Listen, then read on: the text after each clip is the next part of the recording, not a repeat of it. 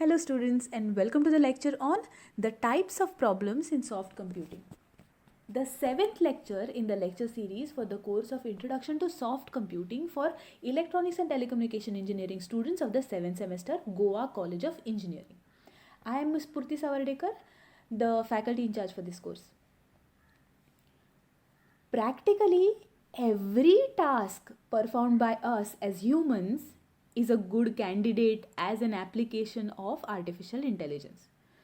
Perception, recognition, memory, sensory motor control, conscious thought, dreams, the list just goes on. In general, computational intelligence applications are the ones that deal with imprecise or imperfect data or problems that do not have well-defined mathematical algorithm as a solution. Sometimes they simply model a natural phenomenon. We will briefly discuss some of these applications today and in detail in the lectures to come. The first most common type of problem in soft computing is classification. Classification literally means the assignment of an object to a specific class, where this class may be one of many predetermined groups. Classification is of fundamental importance in a number of areas like image processing, face recognition, handwriting recognition, speech recognition, etc. So, how does classification algorithm work? The algorithm is provided with data points along with their predetermined category.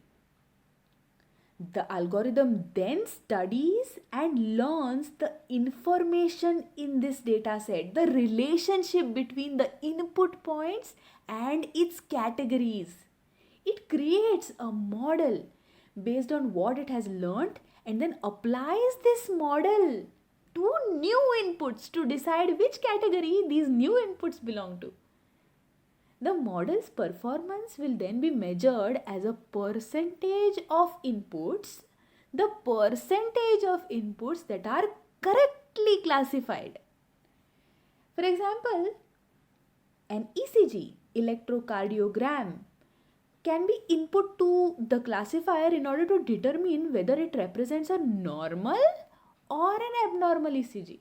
So, after the model is designed, after the model has learned, for any new ECG input, the output from the model will be either the label normal or the label abnormal. Now, the next application we will look at is function approximation. In the practical scenario, many systems can be described as some function mapping some numerical inputs to some numerical outputs. But we might not know the exact function mathematically. It might be unknown to us.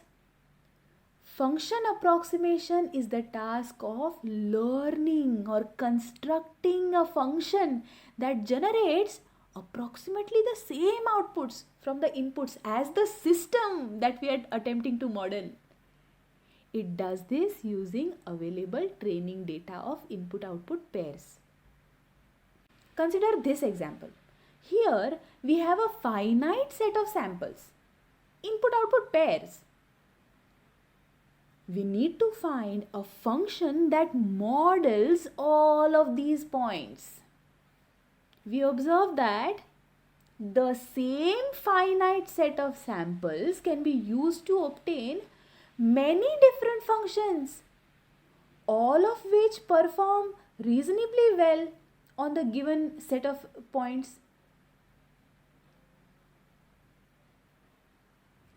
Now, since an infinite number of functions exist that coincide with a finite number of points, additional criteria is necessary to decide which of these functions is the most appropriate. Continuity of the function, smoothness of the function, simplicity of the function, the model, are such criteria. Consider this outlier point that deviates significantly from the rest of the samples. While the function f1 completely misses it, functions f2 and f3 pass through all the points, including this outlier point. But f1 is a simpler function compared to f2 and f3. If higher accuracy is expected, then the functions f2 and f3 may be considered. Among f2 and f3, f2 is certainly desirable because it is smoother and it can be represented by the network with fewer parameters. This is the basic concept of function approximation, trying to find the function that approximates a model using available data. Let us now try to understand the next type of problem in soft computing, that is optimization. Many problems in business and scientific modeling can be represented as optimization problems. We have briefly discussed this before. In optimization, we are given a function which is known as an objective function. The goal is to optimize, meaning either maximize or minimize the value of the objective function with the help of constraints. Consider this example. Here the task is to arrange the components on a circuit board such that the total length of wires is minimized. Now the additional constraint is that the circuit requires certain components to be connected to certain other components. This is what is optimization.